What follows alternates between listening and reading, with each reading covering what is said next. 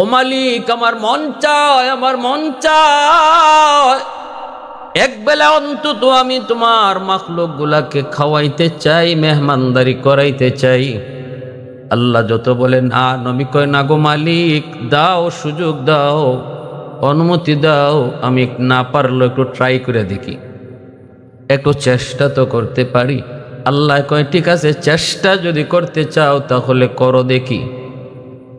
নবী সাথে সাথে দেও দানবকে আদেশ করলেন, নদীর পাড়ে, সাগরের পাড়ে 40 কিলোমিটার এলাকা জুড়ে তোমরা বড় বড় ডেকচি দিয়ে রান্না পাকানো শুরু করো।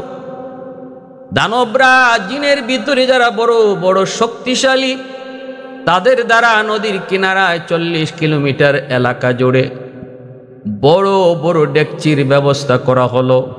নবী বললেন, আর যাও জঙ্গলের ভিতর থেকে জঙ্গলি গরু, জঙ্গলি হাতি সব ধরে ধরে এনে জবাই করে ফ্রাই করো। খাসি, দুম্বা, যত প্রকারের জীব জানোয়ার আছে খাওয়ার হালাল বস্তু, নবী সবগুলাকে জবাই করে ফ্রাই করার জন্য আদেশ করলেন। নদী থেকে মাছ ওঠাও, মাছের ফ্রাইও করো।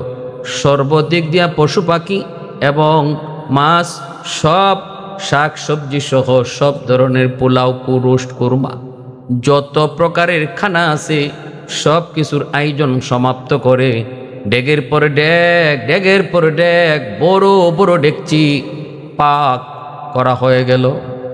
নবী বলতেছেন, জিন্নাতদেরকে বাতাস করো যেন খানা নষ্ট না হয়। মালিক, আমি কাকে আগে খাওয়াবো? আল্লাহ বলেন, তোমার যারে মন চায়, মানুষ জাতিরে আগে খাওয়াবো, নাকি জিন জাতিরে আগে খাওয়াবো, নাকি জলজন্তুকে আগে খাওয়াবো, নাকি স্থলপ্রাণীকে আগে খাওয়াবো? আল্লাহ বলেন, তোমার যেথায় মন চায়, যারে মন চায় তারে দিয়ে খানা শুরু করাও। নবী মনে মনে সিদ্ধান্ত নিলেন, জলজ প্রাণী দিয়ে খানা শুরু করি।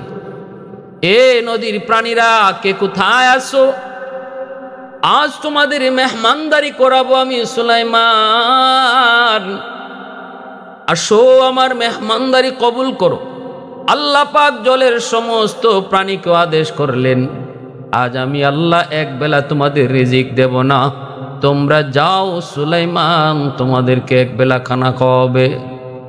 নবী লাইন ধরতে বললেন, সবাই যার যার মতো লাইনে দাঁড়াও, তাড়াহুড়া নয়, ও শৃঙ্খলাত নয়, একজন একজন করে খানা খাও, পর্যাপ্ত খানার ব্যবস্থা আছে, কোনো অসুবিধা হবে না। লাইনে দাঁড়ালো সবাই। সাগর থেকে বিশাল বড় একটা তিমি মাছ পিছন থেকে আওয়াজ দেয়া কয়, নবী গো, আমি লাইন টাইন বুঝি না, ওগো নবী, আমাকে আপনি তাড়াতাড়ি খানা দেন, আমার বড় প্রচণ্ড ক্ষুধা, দেরি করলে আমি মরেও যেতে পারি, আমি লাইন বুঝি না, আমাকে বেলাইনে খানা দিতে হবে। নবী বলতেছেন, এটা কেমন কথা? এটা তো আমি একজন নবী, একজন পয়গম্বর, শৃঙ্খলা বজায় রাখতে হবে, ইনসাফ রাখতে হবে। তোমার আগে যারা লাইনে দাঁড়াইছে, ইনসাফের বিচার হলো তারা আগে খানা খাবে, এরপরে তুমি খানা খাবে। কিন্তু তিমি মাছটা আওয়াজ দিয়া কয়, নবী গো, একটু খেয়াল করেন, আমার দিকে তাকান, আপনি আছেন আপনার ইনসাফে, আর আমি আছি আমার জীবন লয়া। একটু দেরি যদি হয়, আর যদি না খেয়ে আমি মারা যাই, আল্লাহর দরবারে আপনার বিরুদ্ধে নালিশ দেব। এই কথা বলতেই সুলাইমান পয়গম্বর ভয় পেয়ে গেলেন, দুর্বল হয়ে পড়লেন। সত্যি তো, যদি না খেয়ে মারা যায় তাহলে তো আমি আল্লাহর আদালতে জবাব দেওয়া লাগতে পারে। এবার নবী বললেন, ঠিক আছে, ওই মাস্টারে আগে পাঠাও, আর তোমরা লাইনে থাকো, তিমি মাস্টারে বেলাইনে বাইপাস তারে আগে পাঠায় দাও। তিমি মাস্টার বাইপাস খাবারের কাছে আসলো। সুলাইমান নবী বলতেছেন, বলো তুমি কেমনে খাবা? খানা শুরু করো, স্টার্ট করো। মাস্টার কই, নবী গো, আমি শুরু করবো না, আমি হা করে থাকবো, আর আপনি খানা দিতে থাকেন। যখন আমার পেট ভরবে আমি নিজেই বলবো আমার ক্ষুধা নিবারণ শেষ, আমার পেট ভরে গেছে, আর লাগবে না। এমনি সুলাইমান নবী দানবদেরকে বলতেছেন, তোমরা ওর মুখে একটা আস্তা গরু ঢুকায় দাও, ফ্রাই করা গরু ওর মুখে ঢুকায় দাও। তিমি মাস্টার মুখে ফ্রাই করা গরু ঢুকায় দেওয়া হয়, আস্তা একটা জঙ্গলি গরু ঢুকায় দেওয়া হয়। নবী মনে মনে ভাবছেন হয়তো এই গরুটা একটা খাইলে তার পেট ভরে যাবে, কিন্তু মাছটা হাত আর মুখ থামে না, হাত করছে আর মুখ বন্ধ করে না। নবী দানবদেরকে বলে আরেকটা গরু ঢুকায় দাও। ভাবছেন দ্বিতীয় একটা দিলে পরে হয়তো আর চাইবে না, কিন্তু না না না, মুখ তো বন্ধ করে না। নবী আবার কয় ঠিক আছে, ওর মুখে আরেকটা গরু ঢুকায় দাও। এইভাবে যখন দিতে থাকে নবী কয় হাতি ঢুকাও, এইভাবে নবী কয় বড় বড় মাছ ঢুকাও। যত তার মুখে ঢুকানো হইতেছে, যত বড় বড় প্রাণী, যত বড় বড় ভুনা করা খাবার তার মুখে ঢুকানো হয়, একবারের জন্য মুখটা এরকম আটায় না, মুখ বন্ধ করে না, হা যে করে আসে যেন তার খাবার আরো লাগবে। নবী কয় কি ব্যাপার, তোমার কি পেট ভরে নাই? তিমি মাছটার জবান তো আল্লাহ খুলে দিয়েছে। তিমি মাছটায় কয় নবী কয় এখনো আমার পেটের এক কোনা ও খবর হয় নাই। কি দিছেন আপনি? আসলে দিছেন না দেন নাই আমি তো বুঝতেছি না। নবী গো আমি তো পেটের ক্ষুধায় মরে যেতেছি, আরো দেন আরো দেন। মুহূর্তের ভিতরে সুলাইমান পয়গম্বর দানবদেরকে কয় একে একে একে একে একে একে পুরা ডেগের সব খাওন তার মুখে ঢেলে দেওয়া হচ্ছে।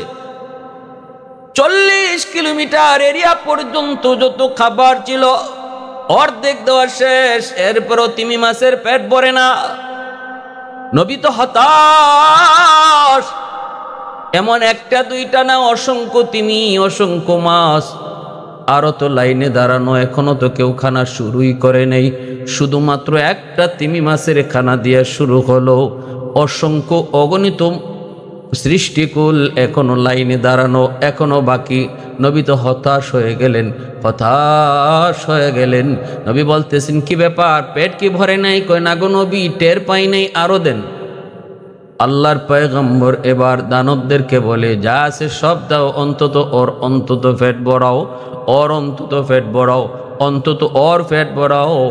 40 কিলোমিটার এরিয়া জুড়ে যত খাবার ছিল সব খাবার তিমি মাছের মুখে ঢুকায় দেওয়ার পরও এই মাছ এখনো হা করে আছে, এখনো মুখ বন্ধ করে না। আল্লাহর নবী সেজদায় পড়ে আল্লাহর কাছে কান্দে, মালিক তোমার কুদরত বুঝা বড় দায়। আল্লাহ, একটা মাছের কাছে আমি লজ্জিত হয়ে গেলাম, এখনো তার মুখ বন্ধ হয় না। মালিক আরো খানা চায়, আমার খানা তো যা ছিল সব তো শেষ হয়ে গেছে। আল্লাহ এখন আমি কি করব, এখন কি করব? তিমি মাছটা আওয়াজ দেয়া কয় নবী গো, ওগো আল্লাহর পয়গম্বর, আপনি আমার অনেক কষ্ট দিয়েছেন, অনেক ক্ষতি করে ফেলছেন গো নবী, খানা দেন না কেন? নবী কয় খানা তো শেষ। এবার মাছটায় কয় নবী গো শুনেন, এত খাবারের আয়োজন করলেন, সব আমার মুখে ঢুকায় দিলেন, অথচ এই খাবার খাওয়ার পরে আমার এক লোকমা খানার সমতুল্য হয়েছে। আর ভালো করে শোনেন, আমার মালিক, আমার মালিক যিনি আমাকে প্রতিদিন প্রতি রাত সপ্তাহে সপ্তাহে বছরের পর বছর যে মালিক আমারে সাগরে খাওয়ায়, এই মালিক এমন লোকমা একটা না 3 লোকমা খাবার আমাকে ডেলি খাওয়ায়। ওয়ামা মিন দাব্বাতিন ফিল আরদি ইল্লা আলাল্লাহি রিজকুহা। আল্লাহ পাক রব্বুল আলামিন কয়, জমিনের ভিতরে যত প্রাণী আছে সমস্ত প্রাণীকুলের রিজিক আমি আল্লাহর হাতে, আমি আল্লাহ তাদেরকে রিজিক দেই। ভাইরা বন্ধুরা এবার একটু বুঝো, এই যুবক ওই যে দেখো না একজন রিক্সাওয়ালা ভাই পকেটটা খালি করে বের হয়েছে, বিকালবেলা পকেটটা ভরে তারে বাসায় পাঠায় দেয় কে? তিনি আমার আল্লাহ। পাখিটা সকালবেলায় খালি পেটে বের হয়, জানে না কোথায় তার রিজিক আছে। বিকালবেলা ওই পাখিটাও পেট ভরে আবার তার বাসায় বাচ্চাদের কাছে ফিরে আসে। ফিরায় কে? খাওয়ায় কে? তিনি হলেন আমার আপনার মালিক আল্লাহ, তিনি আমার আপনার মালিক আল্লাহ। সকালবেলাও একটা মাছ সাগরে নামে পাক আহারের সন্ধানে, জানে না কোথায় তার খাবার, কিভাবে পেট ভরবে। বিকালবেলা আল্লাহ তাকেও পরিপূর্ণরূপে খাদ্য পেটে দিয়ে আল্লাহ তারে বিকালে ফিরায়। এজন্য আল্লাহ কয়, মানুষ একটু মনে রাখো, এই জমিনের ভিতরে যত প্রাণী দেখো, ছোট হোক বড় হোক, রিজিক আমি আল্লাহর হাতে, আমি রিজিক দেই, আমি আল্লাহ রিজিকের ব্যবস্থা করি। এজন্য ভাই, আল্লাহর এত বড় পয়গম্বর সুলাইমান চেয়েছিলেন মালিকের কাছে এক বেলা তিনি আল্লাহর সমস্ত মাখলুককে খাওয়াবেন। আল্লাহ দেখায় দিছে, সুলাইমান একটা মাছ রে তুমি 3 লোকমা খানা দিতে পারলা না, 1 লোকমা খানাতে তোমার সব আয়োজন শেষ হয়ে গেল। অথচ আমি আল্লাহ ওই মাছটারে এমন 3 লোকমা খাবার প্রতিদিন খাওয়াই। সুবহানাল্লাহি ওয়া বিহামদিহি সুবহানাল্লাহিল আযীম। আলহামদুলিমান কদ্দারা খাইরাম ওয়া খাবালা, আলহামদুলিমান কদ্দারা খাইরাম ওয়া খাবালা, ওয়া শুকরু লিমান সাওয়ারা হুসনাও ওয়া জামালা। ফরদুন সামাদুন আন সিফাতিন খালকি বারিউন, রব্বুন আযালিয়ুন খালাকাল খালকা কামালা। লা জিদ্দা ওয়ালা নিদ্দা ওয়ালা হাদ্দা লিমাওলা, লা জিদ্দা ওয়ালা নিদ্দা ওয়ালা হাদ্দা লিমাওলা। আল আনা কামা কানা ওয়ালাম ইয়ালকা যাওয়ালা, আল আনা কামা কানা ওয়ালাম ইয়ালকা যাওয়ালা। এত বড় পয়গম্বর সুলাইমান, এত বড় ক্ষমতাসীন, আল্লাহর কুদরতি কদমে পইরা নিজেকে সারেন্ডার করলেন। মালিক তুমি রাজ্জাক, আল্লাহ এই রিজিকের দায়িত্ব নেওয়ার ক্ষমতা কোনো মানুষের হয় না। বাইতুল মুকাদ্দাসের নির্মাণ কাজ শুরু করান বাবা দাউদ পয়গম্বর, তিনি আল্লাহর পয়গম্বর। ছেলে সুলাইমান, তিনি আল্লাহর পয়গম্বর। জিনদের দ্বারা, জিন্নাতের দ্বারা সুলাইমান আল্লাহর ঘর বাইতুল মুকাদ্দাসের নির্মাণ শুরু করাইছেন। এবার জিন্নাতগুলি পাগলের মতো কাম করতেছে, আল্লাহর ঘর বাইতুল মুকাদ্দাসের নির্মাণ কাজ শুরু হয়েছে। এইদিকে সুলাইমান পয়গম্বর তিনি দাঁড়ায় আছেন লাঠিতে বড় করে, যেভাবে একজন কন্ট্রাক্টর দাঁড়ায় থাকে আর লেবাররা কাম করে, নবী দাঁড়ায় দাঁড়ায় পাহারা নেন, দাঁড়ায় দাঁড়ায় তিনি তাদেরকে দেখশন করেন। আর জিন্নাতেরা রাত নাই দিন নাই তারা কাম করে। সুলাইমান পয়গম্বর হঠাৎ একদিন দেখতে পেলেন অপরিচিত একজন মানুষ ওনাকে সালাম দেয়। নবী জিজ্ঞেস করলেন, কি ব্যাপার, কি আপনি কেন সালাম দিলেন? এইবার লোকটাই কয়, নবী গো, আমাকে আপনি চিনবেন না, পৃথিবীর কোনো মানুষ আমাকে চিনে না, আমি পৃথিবীর সব মানুষকে চিনি। যে আমার একবার চিনে আর সে দুনিয়াতে থাকে না, আমার নাম মালাকুল মউত আজরাইল। এত বড় ক্ষমতাসীন একজন বাদশাহ, যারে আল্লাহ পাক নবুয়তিও দান করেছেন, তামাম দুনিয়ার বাদশাহীও দান করেছেন, তাকেও দুনিয়াতে থাকার সুযোগ আল্লাহ দেয় নাই। এমনকি দেয় নাই তা না, মৌতের আগ মুহূর্তটাতে পর্যন্ত আল্লাহ তার মৌতের খবর আল্লাহ দেয় নাই, তার মেসেজ দেয় নাই, নবী গো আপনি রেডি হন, আপনার মৌতের টাইম হয়ে গেছে। এজন্য আল্লাহ রব্বুল আলামিন কার কখন কোন অবস্থায় মরণ হবে এটা পৃথিবীর কেউ জানে না, আল্লাহ কাউকে জানানো না, জানেন শুধু আল্লাহ। মৌতের আগ মুহূর্তে আল্লাহ পাক মালাকুল মউত আজরাইলকে আদেশ করেন আর ইনি নিয়ে যায়। আজরাইল আলাইহিস সালাম সুলাইমান আলাইহিস সালামকে বলতেছে, নবী গো আপনি আমারে চিনবেন না, আমার নাম আজরাইল, পৃথিবীর যে মানুষটাই আমারে চিনে সে আর দুনিয়া থাকে না, আমি সবাইরে চিনি। আল্লাহর পয়গম্বর কয়, ভাই আজরাইল কেন আসছেন? মালাকুল মউত আজরাইল কয়, নবী গো আমার কাম একটা, ওই আমার ডিউটি একটাই, আমি কারোর সাথে গল্প করার জন্য আসি না, আমি কারো বাড়িতে মেহমানদারির জন্য আসি না, আমার ডিউটি একটাই, জান কবজ। আপনার টাইম শেষ, আপনি রেডি হয়ে যান, সময় শেষ। আল্লাহর পয়গম্বর সুলাইমান অবাক হয়ে গেলেন, ভয় পাইলেন। বিষয়টা এমন না, দুনিয়া থেকে যেতে চান না এমনও না, মৌতকে ডরান তাও না, অবাক হলেন শুধু এজন্য, আল্লাহর ঘর বাইতুল মুকাদ্দাসের নির্মাণ কাজ চলছে। 3 ভাগের 2 ভাগ কাজ শেষ হয়েছে, 1 ভাগ কাজ এখনো বাকি আছে। আর এই কাজটা করাইতেছেন চিনি জিন্নাতের দ্বারা। জিন্নাত কত বড় বিয়ারা জাতি আমরা ভালো করে জানি। জিন্নাতকে ভয় দেখায় কাম করাইতে হয়, স্বইচ্ছায় ওরা মানুষের আদেশ মানে না, ভয় পায় যারে তার কথা মানে, তার কামটাই জিন্নাতেরা করে। নবী চিন্তায় পড়ে গেলেন, এই মুহূর্তে যদি আমার ইন্তেকালের খবর জিন্নাতেরা পায় তাহলে আর আল্লাহর ঘরের কাম, বাকি কামটার সমাপ্ত হবে না, আল্লাহর ঘরের কাম অসমাপ্ত থেকে যাবে। এজন্য নবী চিন্তায় পড়া মালাকুল মউত আজরাইলকে বলতেছেন, ভাই আজরাইল, একটা কথা রাখবানি, আমি আমার মাশউকের সাথে, মাহবুবের সাথে দেখা করতে পাগল। আমি তো আল্লাহর সাথে দেখা করার জন্য রাজি, কিন্তু একটু সময় আমি চাই, আমার জন্য না, আল্লাহর ঘর মসজিদে আকসার জন্য। ওই যে দেখো জিন্নাতগুলা কাম করতেছে, এই অবস্থায় যদি আমার মৃত্যু হয়, এই অবস্থায় যদি আমার ইন্তেকাল হয়, তাহলে কাম বন্ধ করে দিবে।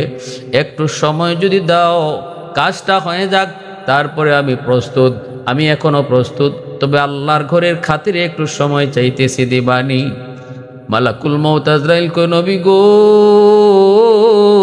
এমন একটা কথা বললেন যেই কথার অধিকার আমার, আমি আজরাইলের নাই। আল্লাহ আমাকে এমন পারমিশন দেয় নাই, কেউ যদি সময় চায় তার জন্য আমি সময় দিই, এই পারমিশন আল্লাহ আমাকে দেয় নাই। ওগো নবীজি, যদি আপনাকে কিছু সময় নিতেই হয় তাহলে মালিকের দরবারে দরখাস্ত করেন। সাথে সাথে আল্লাহর পয়গম্বর আল্লাহর কাছে দরখাস্ত করেন, মালিক একটু সময় চাই, নিজের জন্য নয়, ফ্যামিলির জন্য নয়, বউ বাচ্চার জন্য নয়, আমার ক্ষমতার জন্য নয়, আল্লাহ সময় চাই, শুধু তোমার ঘরটা যেন সমাপ্ত হয়। আল্লাহ একটু সময় দিবানি। রব্বুল আলামিন জবাব দেয়, সুলাইমান, এটা আমি আল্লাহর নিজাম না, আমি আল্লাহর আদত হচ্ছে, যার যখন সময় হয়ে যাবে আর তাকে সময় দেওয়া হবে না। এবার তার বয়স যৌবন চলে, এবার তার বয়স নাকি বৃদ্ধকাল চলে। সে কি ঘরে আছে নাকি দোকানে আছে, সে কি বাড়িতে আছে নাকি গাড়িতে আছে, আমি আল্লাহ এগুলা দেখি না। টাইম যখন হয়ে যায় আর সময় দেওয়া হয় না। অতএব দেরি করার সময় নাই, রেডি হয়ে যাও, রেডি হয়ে যাও, মৌতের জন্য প্রস্তুত হয়ে যাও। আল্লাহর নবী কয়, মালিক, তাহলে তোমার ঘরের বাকি কামটা কেমনে হবে? আল্লাহ একটু জানতে মন চায়। আল্লাহ কয়, এটা আমি আল্লাহ বুঝবো, আমার ঘরের কাম কেমনে সমাপ্ত হবে আমি আল্লাহ বুঝবো। নবী কয়, মালিক, একটু জানতে মন চায়, মন চায়, আল্লাহ একটু কও না কেমনে করবা। মালিক কয়, তাহলে শুনো, যেই লাঠিতে বট দিয়া তুমি দাঁড়ায় আছো, ওই লাঠিতেই তুমি দাঁড়ায় থাকবা, জানো তোমার কবজ হয়ে যাবে, কিন্তু আমি আল্লাহ তোমার লাশটাকে মাটিতে ফালাবো না, লাশটা পচাবো না, গলাবো না, চোখটা তোমার তাকানোই থাকবে, চোখটাও মুছবে না।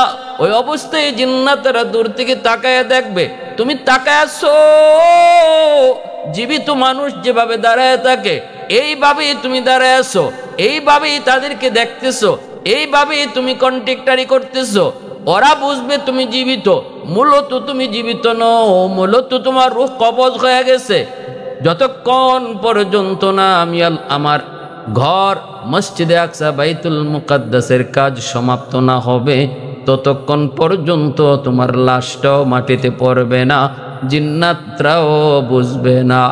এবার সুলাইমান নবী কো, মালিক, এমনই যদি হয় তাহলে আমি দেরি করতে রাজি না, আমিও প্রস্তুত, আল্লাহ আমাকে তুমি নিয়ে যাও। সাথে সাথে আল্লাহর পয়গম্বর অর্ধ পৃথিবীর বাদশাহ খালি হাতি আল্লাহর ডাকে তিনি চলে গেলেন, জান কবজ হয়ে গেল। ভাইরা বন্ধুরা, দুনিয়ার বাদশাহ হয়েও হাতে কিছু নেওয়া যায় না, হাতে কিছু নেওয়া যায় না। দুনিয়ার বাদশাহ হইও খালি হাতেই কবরে যেতে হয়, কবরে যাওয়ার সময় কোনো সামান সাথে নেওয়া যায় না। এজন্য ইব্রাহিম বিন আদহাম না, দুনিয়ার বাদশাহ জুলকারনাইন তামাম দুনিয়ার বাদশাহ যুলকারনাইন মৃত্যুর আগে বলেছিলেন, আমার ইন্তেকালের পর তোমরা কাফনের ভিতর থেকে আমার দুটা হাত বের করে রেখো। আমি দুনিয়ার মানুষকে মেসেজ দিতে চাই, মানুষেরা শুনো, দুনিয়ার বাদশা ছিলাম আমি যুলকারনাইন, কিন্তু কবরের যাত্রী হয়েছি খালি হাতে, শূন্য হাতে। হাত কিন্তু আমার খালি, হাতে কিছুই নেই। অতএব দুনিয়াতে যে যা করো একটু খেয়াল কইর, কবরের পথের পথিক তুমি খালি হাতে, কিছুই তোমার সাথে যাবে না। অন্যায়ভাবে কারো জমি দখল কইরো না, আর একজনের হক মাইরা খাওয়ার চেষ্টা করো না, বোনের জমি দখলে আইনো না, ছোট ভাইয়ের জমি দখল করার চেষ্টা করো না, প্রতিবেশীর সিম টেইলো না। এই 4 আঙ্গুল 10 আঙ্গুল জায়গার ভিতরে 100টা জায়গাও তোমার সাথে কবরে যাবে না। একটু চিন্তা করো, একটু চিন্তা করো, একটু মন দিয়ে ভাবো, এই মৌত তোমার আমার খুব কাছের যুবক, কে কোথায় কোন অবস্থায় মৌতের ডাক আসবে কেউ জানে না। পত্রিকার পাতা উল্টাইলেই দেখি অ্যাক্সিডেন্টে যুবকের মৃত্যু, পত্রিকার পাতা উল্টাইলেই ফেসবুকের ভিতরে ঢুকলেই দেখি অ্যাক্সিডেন্টে কত কম বয়সের যুবক যুবতী মারা যাইতেছে। এজন্য বয়সের গ্যারান্টি নাই, বয়সের বাহাদুরিও কইরো না, বাহাদুরিও কইরো না। আল্লাহর পয়গম্বর সুলাইমান, আল্লাহর পয়গম্বর, শুধু পয়গম্বর না, পয়গম্বরের ঘরের পয়গম্বর, শুধু পয়গম্বর পরিচয় না, দুনিয়ার বাদশা, মৌতের আগে সময় পান নাই, আল্লাহ পাক রব্বুল আলামিন কবজ করে, রূহটা কবজ করে নিয়ে গেলেন আজরাইলের মাধ্যমে। লাশটা এভাবে আল্লাহ দাঁড় করায় রাখলেন, আল্লাহ তার কথা মতোই লাশটা এভাবে দাঁড় করায় রাখলেন। এরপরে আমার ভাইরা বন্ধুরা কাজ শুরু হলো। জিন্নাতেরা মনে করতেছে উনি তো দাঁড়ায় কাজ দেখতেছেন, অতএব না ফাঁকিবাজি করার কোনো সুযোগ নাই। দিন যায় রাত যায়, জিন্নাতেরা কাম করে, হরদম তারা কাম করে। ঘটনা কি, নবী তো এমনভাবে তাকায় আছে, লড়েও না চড়েও না, মনে হয় আল্লাহর পক্ষ থেকে কাজের বড় দ্রুত কাম শেষ করার অর্ডার আসছে। অতএব লড়ালড়ি কইরো না, তা কাম দ্রুত চালাও, দ্রুত চালাও। ভাইরা বন্ধুরা, এইভাবে একদিন 2 দিন নয়, 1টা বৎসর পর্যন্ত নবীর ইন্তেকালের পর আল্লাহ পাক তার লাশটাকে লাঠির মধ্যেই দাঁড় করায় রাখছেন। যখন আল্লাহর ঘর মসজিদে আকসার কাজ সমাপ্ত হয়, যেই টাইমটাতে কাজ সমাপ্ত হলো, ওই টাইমটাতেই লাশটা লাঠি থেকে ভর দেওয়া অবস্থা থেকে মাটিতে ঢলে পড়লো। জিন্নাতেরা দৌড়ে আসলো, নবী পইরা গেল। ঘটনা কি, জিন্নাতেরা আসলো, আইসা তারা তার হাত ধরছে, পায়ে ধরছে। জিন্নাতেরা ধইরা তারা বুঝতে পারলো বডির কন্ডিশন কয় নবী এখন মারা যায় নাই, নবী আরো বহু আগেই মারা গেছে। কতদিন আগে মারা গেছে? জিন্নাতেরা এইবার পরীক্ষা শুরু করছে। ওই দিন জিন্নাতেরা যদি পরীক্ষা না করতো, কতদিন আগে আল্লাহর পয়গম্বর সুলাইমান নবীর ইন্তেকাল হলো, এই বিষয়টা যদি জিন্নাতরা তখন তদন্ত না করত, আজও পর্যন্ত আমরা পৃথিবীর মানুষ কেউ জানতাম না নবীর কত আগে ইন্তেকাল হয়েছিল। কেমনে পরীক্ষা করলো? তাফসীরের কিতাবের মধ্যে লিখেন, যতটুকু উনার যে লাঠিতে উনি বর দেওয়া ছিলেন, এই লাঠিটা গুণ পোকায় খাইছে, ওই পোকায় খাইছে, ওই পোকায় খাইছে, যতটুকু ওই পোকায় খাইছে লাঠিটা, এতটুকু তারা আগে যাচাই করেছে, এতটুকু আগে তারা মাপ নিছে। এরপরে লাঠির সমান আরেকটা ভালো লাঠির মধ্যে ওই পোকাটা লাগাইয়া দিছে। ওই পোকাটা একদিনে যেই পরিমাণ এই লাঠিটা খাইতে পারছে, এই একদিনের খানাকে হিসাব কইরা যতটুকু এই নবীর লাঠিটা খাইছে, এই হিসাবটা তারা বের কইরা জানাইছে আজ থেকে 1 বৎসর আগে নবীর ইন্তেকাল হয়েছে।